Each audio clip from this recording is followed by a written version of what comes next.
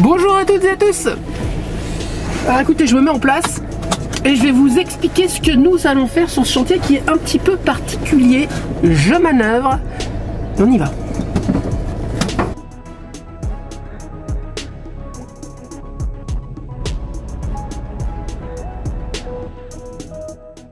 Alors déjà, j'espère que vous allez bien et je vous remercie encore parce que vous êtes de plus en plus nombreux sur Caro Tuto. J'espère vraiment que ça vous plaît. Et là, ça va être un petit peu spécifique ce que je vais faire aujourd'hui. Je vais éviter d'accrocher là, c'est parti. On m'a appelé pour un problème sur un balcon. Alors j'y suis allé, c'est vrai que c'est vraiment spécial. On a vraiment l'impression que les carreaux ont soufflé. Enfin bon, je vous montrerai ça précisément. J'ai 2-3 idées en tête sur ce qui a pu causer ces problèmes. Maintenant, j'en suis pas sûr. C'est vraiment une enquête que je vais mener ici sur ce chantier et pour pouvoir faire en fonction. Donc écoutez, j'ai tout ce qu'il faut pour l'instant dans le camion. On va sur le chantier, on va avoir quelques bouchons puisque maintenant ça fait vraiment partie de mon quotidien, les bouchons. Mais bon, c'est comme ça, on fait avec. On va essayer de savourer le beau temps, de se dire que la vie est belle. Volontairement, je vais pas arriver très tôt sur le chantier, tout bêtement parce que déjà je sais que je vais être maudit par l'ensemble de la résidence et de l'immeuble, parce que je vais y aller au piqueur. Ceci dit, ça devrait pas être bien compliqué à enlever parce que vu l'état des carreaux déjà, à la truelle ça saute, hein. Mais bon, après c'est la colle, est-ce qu'elle tient bien, bon bref, on n'en est pas encore là. Alors j'espère que cette enquête va vous plaire. On se dirige sur le chantier, bonne vidéo.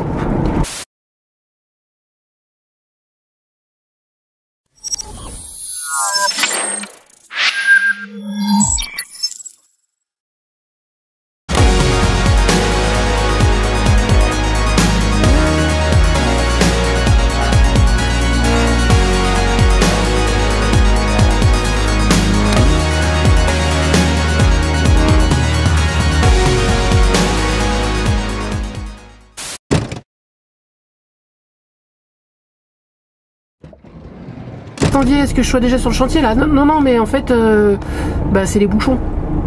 Eh oui, donc j'en ai pour un petit moment, mais on y va. Voilà, encore un qui met pas son clignotant. Ça m'énerve! Là, je suis détendu. Et le cycliste qui prend le feu rouge. Et les motos qui roulent à 100 km/h. Non mais c'est vrai qu'honnêtement, si vous voulez mon point de vue sur la ville, maintenant ça devient très très compliqué. Ça vient de partout à tel point que en fait le moins de petits virages vous avez l'angoisse. La ville est devenue très très très accidentogène. Voilà le souci ici. Regardez ce qui s'est passé. On dirait que, vous voyez, ça a été comprimé de droite à gauche sur ce balcon. Alors, j'ai ma petite idée sur ce qui s'est passé ici. Et la première chose, voilà, vous avez ça. Vous regardez déjà les plafonds. Est-ce qu'il y a des infiltrations d'eau? Non, il n'y a pas d'infiltration d'eau ici. Et ça, c'est valable pour tous les balcons, en fait. Regardez, c'est assez sain là-bas. Par contre, regardez, c'est en train de casser là-bas aussi. Donc, c'est assez général au bâtiment. C'est ce que je vous disais, en fait. Il y a un souci. Il y a un souci quelque part. Enfin, aucun endroit dans les angles. Ouais, généralement, c'est dans les angles que ça fissure. Ici, non, rien du tout. On a juste cette surface ici, ouais, qui a sauté, qui a soufflé. Alors après, ce que je vous conseille, c'est d'un petit peu demander au client comment vit l'immeuble en fait. Et il faut savoir que il n'y a jamais d'eau sur ce balcon. Il est déjà bien couvert ici. Et puis surtout, la manière dont il est orienté, l'eau n'arrive jamais ici. Vous voyez, avec le vent, par moment, ça pourrait arriver, mais pas du tout. Il n'y a aucune exposition à l'eau sur ce chantier. Par contre, regardez, il se passe exactement la même chose chez le voisin d'à côté. Première suspicion, est-ce que la colle était adaptée? Deuxième suspicion, est-ce que la dalle était sèche? Est-ce qu'ils n'ont pas posé à l'époque en ayant une dalle qui était pas sèche et du coup la colle n'a pas prise quoi. Faut savoir aussi que ce qu'il y a de délicat ici, c'est que le client m'a dit que là où ça saute, c'est là où c'est le plus exposé au soleil. Donc en fait, c'est lorsqu'il y a des gros écarts de température. Il y a eu ça très récemment et du coup ça a soufflé. Donc moi je suspecte peut-être soit une colle pas adaptée, soit une dalle pas assez sèche. Ils ont collé dessus, ça a tenu ce que ça a tenu et là ça saute de partout. Sur tous les balcons. Regardez, là-bas ça a été changé. Et là-bas ça a été changé déjà. Donc il y a eu un souci là-bas. Parce que moi, quand je suis passé pour faire le devis, là-bas, c'était pas changé. Ici, ça saute. Et je sais que sur d'autres balcons, ça a sauté aussi. Donc écoutez, moi, mon premier souci, c'est... déjà, je vais déposer. On va découvrir ça ensemble. Est-ce que je vais avoir une fissure ou pas? Moi, à mon avis, j'avais pas de fissure. Hein. À mon avis, s'il y a une fissure, il faudra choisir quelque chose d'adapté à ça. Et si j'ai pas de fissure, on va faire autre chose. Mais bon, moi, de ce que je vois là, si je vois pas de fissure sur le carreau, si je vois que ça a soufflé dans ce sens-là, si vous voulez, on voit vraiment que ça a été comprimé comme ça. Vous voyez, donc quand ça fait ça, c'est des problèmes de dilatation. Je sais pas pourquoi.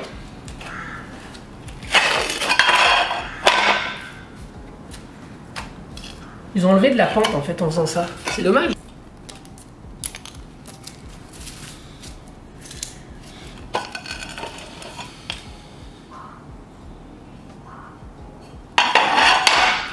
Bon, déjà ils ont laissé des croisillons aussi. Ça aide pas. Quand on laisse les croisillons, on enlève de la dilatation, faut le savoir. Bon, il n'y a pas un transfert folichon de la colle. Hein.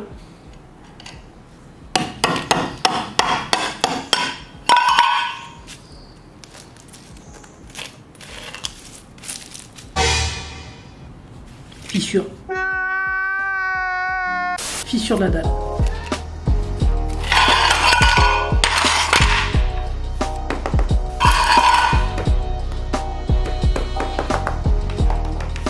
Je vais enlever ce qui ne tient pas et puis ce sera pose du Nat-Schuttler. Litre à 25 pour désolidariser tout ça. Pas le choix. Bon, je viens de découvrir qu'en fait c'est pas un problème de colle, vous voyez, c'est vraiment un problème de dalle. Alors est-ce que c'est dû au fait qu'il ne l'ait pas laissé respirer écoutez, ça j'en sais rien. Maintenant, quoi qu'il arrive, le résultat il est là. Là on a la belle fissure sur la dalle, vous voyez, et puis ça a tout soufflé. Alors peut-être qu'elle s'est affaissée un petit peu, vous voyez, quelques millimètres, ça a travaillé. Alors moi ce que je vais faire ici, c'est que je vais enlever tout ce qui tient pas. On va tout sonder, hein. On va tout sonder, enlever ce qui tient pas. Bon.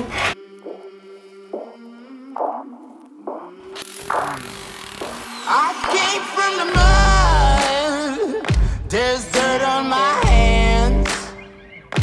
Strong like a tree. There's roots where I stand.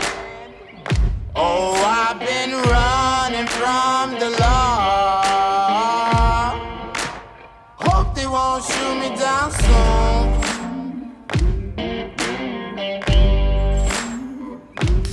They sing on a sleepless night. Try to catch me howling at the moon.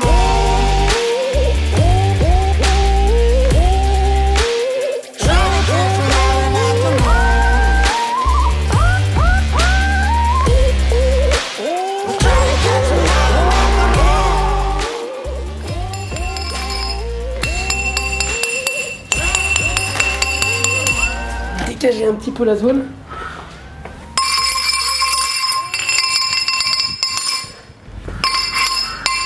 Et puis on va faire ce qu'il faut pour préparer ce petit coin. En fait, pouvoir recarler partout après. Donc ici, vous voyez, il y a vraiment eu une fissure qui s'est propagée tout le long. Ce qui fait qu'en fait, ça a soulevé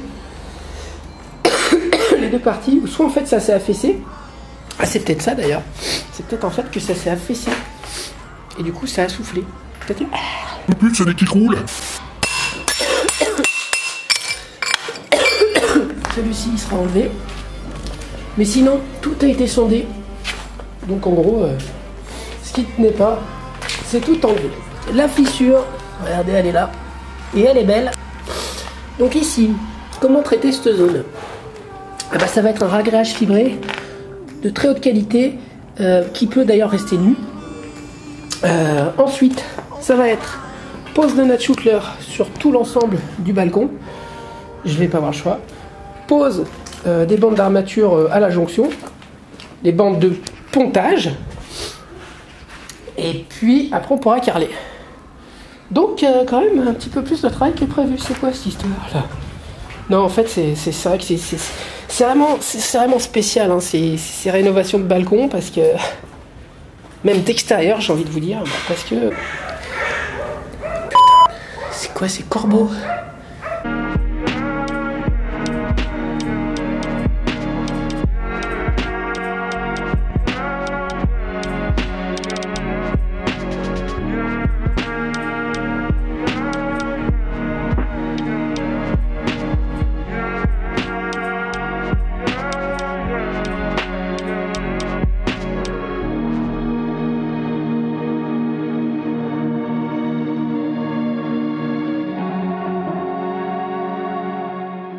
Bon, la zone est dégagée.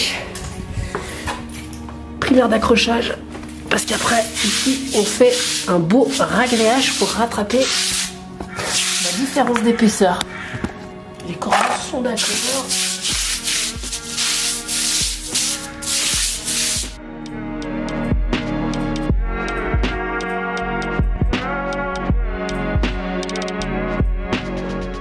Alors là-dessus, pour passer le primaire, je préfère toujours...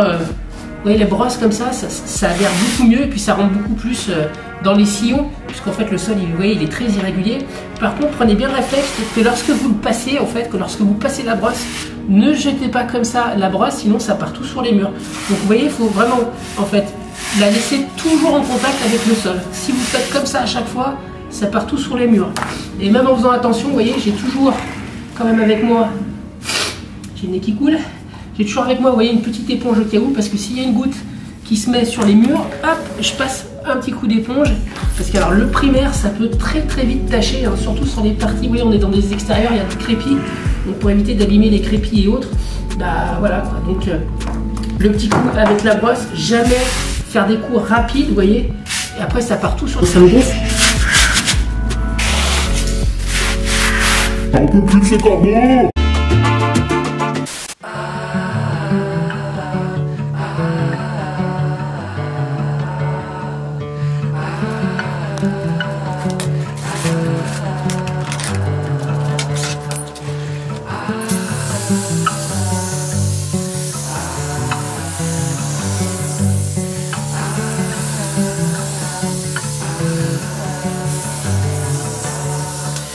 Say this nice, tell it in a letter, stamp and mail it out. We did our best, couldn't have done better. I think we should be proud, but you held me down when I was living up. Back and forth but never together, so I'll stand up and walk out and make my way away for now.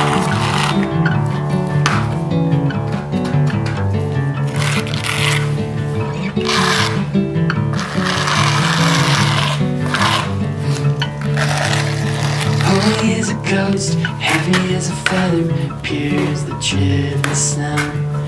But watch your back, it's heartbreak weather. It's time to go. My mind's made up. My mind's made up. I keep doing this, but nothing's getting better. So I'll stand. Vous venez de le voir, j'ai réalisé, vous voyez, comme un système de coffrage en fait. Je vais bien laisser sécher, il y a toujours le corbeau qui est par là. Et ensuite, bah, ça va me permettre de pouvoir contenir le ragréage ici, puisque moi je dois les carreler par-dessus le carrelage qui est ici. Hein. Par contre, bah, il faut bien que je rattrape tout ça avec le ragréage qu'il faut. Bon ragréage, j'utilise celui-ci, le Weber Nive Lex 2. Très bon ragréage, donc il est fibré, il est plus résistant parce qu'il est fibré forcément, et il permet de réaliser les formes de pente. Ce n'est pas du tout ce que je veux faire ici, moi je veux juste rattraper cette différence ici. Alors circulable après 2 heures, 6 litres d'eau, moi je vais mettre entre 5 et 6, moi je vais mettre 6 litres, peut rester nu à l'extérieur, vous voyez. Donc ça c'est vraiment une particularité, c'est que ce ragréage, vous pouvez le laisser libre, vous n'êtes pas obligé de le recouvrir de carrelage. Jusqu'à 2% de pente, et je peux rattraper entre 3 et 10 mm. Donc vous voyez, je suis pile poil dans ce qu'il me faut pour ici. Bon bah après c'est standard, hein. Moi j'ai pris mes 6 litres d'eau, son doseur qui est là, la gammade qui est là, malaxage. Ça va être relativement rapide maintenant.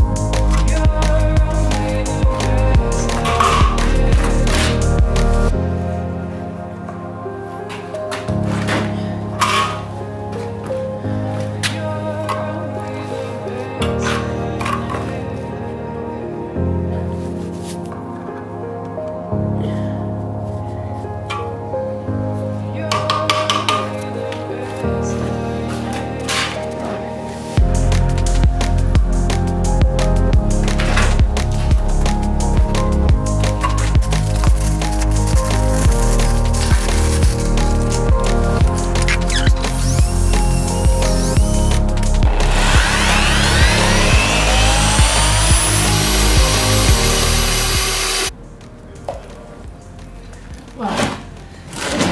Allez. Faut que je passe de l'autre côté, hein, forcément. Ce serait dommage de faire une bosse. Hein. C'est tout ça le truc. Et donc j'arrête à ras ici. Là c'est pas mal. Ici. Je vais tirer un petit peu. On va tirer là.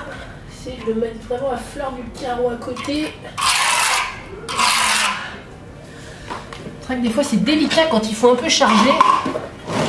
Faut surtout pas 3 mètres quoi en fait, c'est ça. C'est vrai qu'il est particulier parce que on voit qu'il est chargé. Hein. Regardez, là, il arrive bien. Regardez, il fait le travail tout seul, il va se mettre à fleur tranquillement. Ça va lui faire du bien, ce ragréage.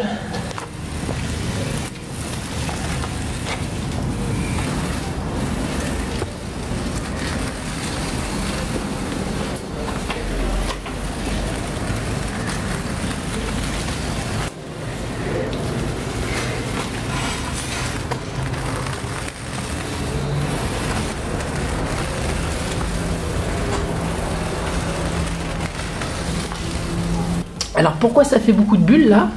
Bah parce qu'en dessous, vous avez vu, il y a énormément de vide d'air en fait. Ce qui fait que le ragréage, bah des fois, ben, il n'arrive pas à épouser.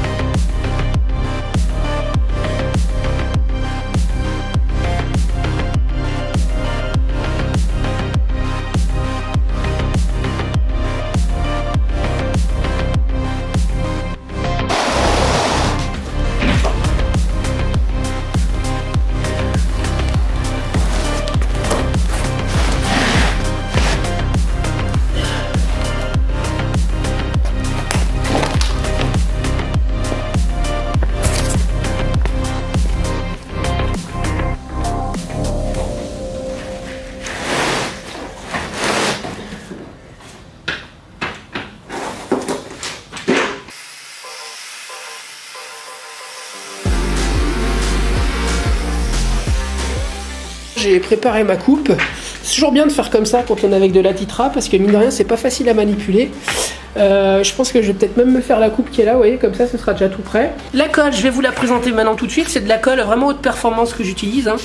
Là c'est des choses à pas prendre à la légère. On est sur un balcon, hein, donc je vous montre ça tout de suite. Keraflex, Mapei. Hop. Alors cette technologie-là, la low dust, ça veut dire tout simplement qu'il y a beaucoup moins de poussière. Mur sol intérieur-extérieur, résistant au glissement, temps allongé, carrelage tout type. Voilà, je vais pouvoir coller et ma natte. Voilà. Et ensuite, je vais utiliser celle-ci pour coller les carreaux. Les carreaux, je vous les présenterai après. Donc on peut la travailler pendant 3 heures.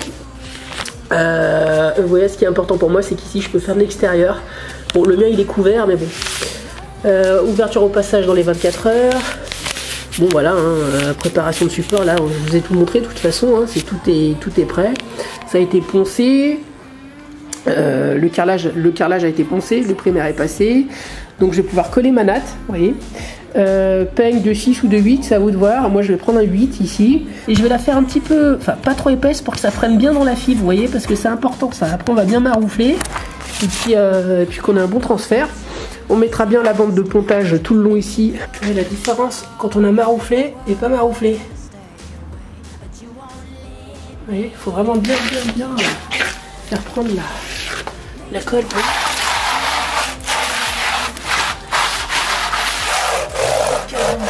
Qu'elle rentre bien dans les fibres.